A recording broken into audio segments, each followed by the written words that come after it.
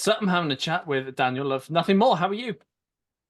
I'm good, man. Just getting ready for tour. How are you doing? Yeah, not too bad, thanks so much. So, big news is that we're about to be playing a new single of yours called "If It Doesn't Hurt." What can you tell us about the track? Yeah, if it doesn't hurt, it's the um first single, off of the record Carnal that we'll hopefully be releasing this summer. High energy, straight ahead rock and roll track.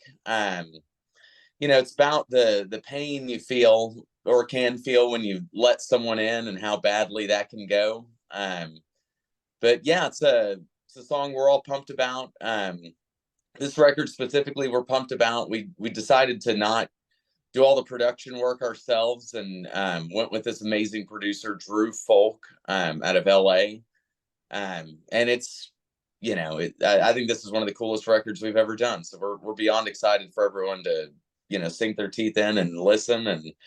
And we're pumped. Yeah, great stuff. And mentioning that it's coming off your new record, it'll be your seventh record. What can people expect to hear when they get a chance to take a listen? Oh man, I would say this record, let's go back to like Spirits. Like Spirits was a very experimental, like very like deep record with just like a ton of music in it. I'd say this record is more. We just focused on like high energy, just bangers. Really, like we didn't want to be as experimental. Just kind of wanted to write the best riffs we could. Really focused on just kind of watertight songwriting and I think it's paid off. I think it's been amazing. We also really didn't want another 4-year period in between albums. So we're getting together with Drew and working on him with everything really helped us like get our ideas together a lot quicker than just kind of spinning out by ourselves in a jam room. So yeah, I think people will hear some of the best riffs we've ever written on this next one, and just overall lots of great tunes. So Good, great to hear. You mentioned touring, and that's coming up shortly. You're coming over to the UK and Europe next week. I bet you can't wait to be touring again. oh man, I'm beyond excited for sure. So it's been about I guess like 5 months since we were on the road, and whenever a gap that long happens, you start to kind of feel weird. I feel like part of the musician thing is like getting out there and playing and hanging out with people that listen to the music and stuff like that. So maybe if I joined a cover band or something in town, like that might scratch a little bit of the itch, but I'm not going to do that. So No. Good, good. With the seventh record now coming up, how easy was it to put your set list together? yeah, it was pretty easy. I have a feeling once this record's fully out though, I kind of have a feeling it's going to be dominating the set list. Like right now we have a pretty even spread. Definitely still playing a lot of songs off of the self-titled record, the first record we released on a label. But yeah, there's a lot of good live tracks on this forthcoming record, Carnal, for sure. So Good. Look forward to it. Once this tour's over, we're then heading into the summer season. What's your plan for festivals this year? nothing in Europe that I've heard of so far because we hit most of them last Mm. year. And boy, last year was my favorite. I think that was probably my favorite tour. Like it was just incredible being over there. Hitting all the festivals. We've done like a couple of them before, like Rock'em Ring, Rock'em Park, but we never just had like 3 weeks dedicated to the summer festival scene. So I feel like everyone over there is so lucky to have that. we have good festivals in the US, but it's just not like every band in the world focused on playing, your country, your continent kind of thing. But yeah, this year we're focusing on some US festivals.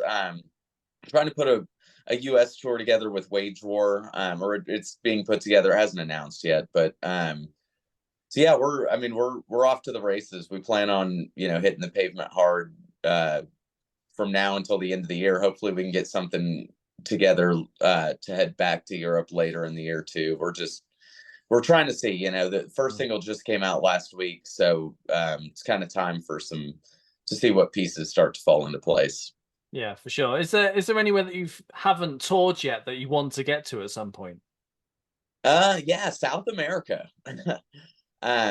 You know, it's kind of funny, like, you know, we're a Texas-based band, Mm. and you know, prior to us ever playing Mexico, you know, we had like flown to Europe 3 times, and it's like we're Next door. 150 miles from the border.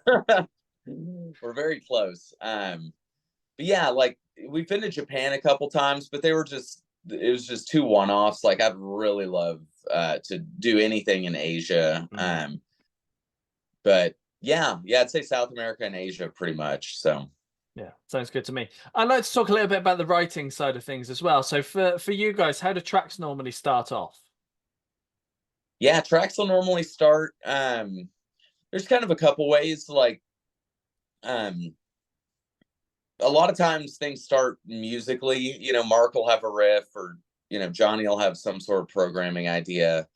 Um, and you know, we'll just start there. I'll get our heads together on it, you know, try to make like what would be a verse chorus kind of thing from it, and then just kind of sit back and see what that music feels like, you know, like what mood it is, if it's sad or if it's aggressive and angry or whatever. And then we just kind of start spitballing ideas from there. That this record, we did several songs came about just from like putting on a simple like 4 on the floor drum groove like loop, and just kind of, you know, throwing some ideas at the computer kind of thing. We tried that out on this record, and it seemed to work really well too. So um another method, a couple of the songs off this new record came from just kind of random parts and things, like scrap, like a riff. We have like riff scrap yards, if you will, like just pieces of music that kind of will start songs and then get written out. Um, and there's a song coming out, Existential Dread. It kind of came about from a couple of those scraps, like getting pieced back together and given new life and a new chorus written and things like that. So yeah, there's a lot of ways that it can happen.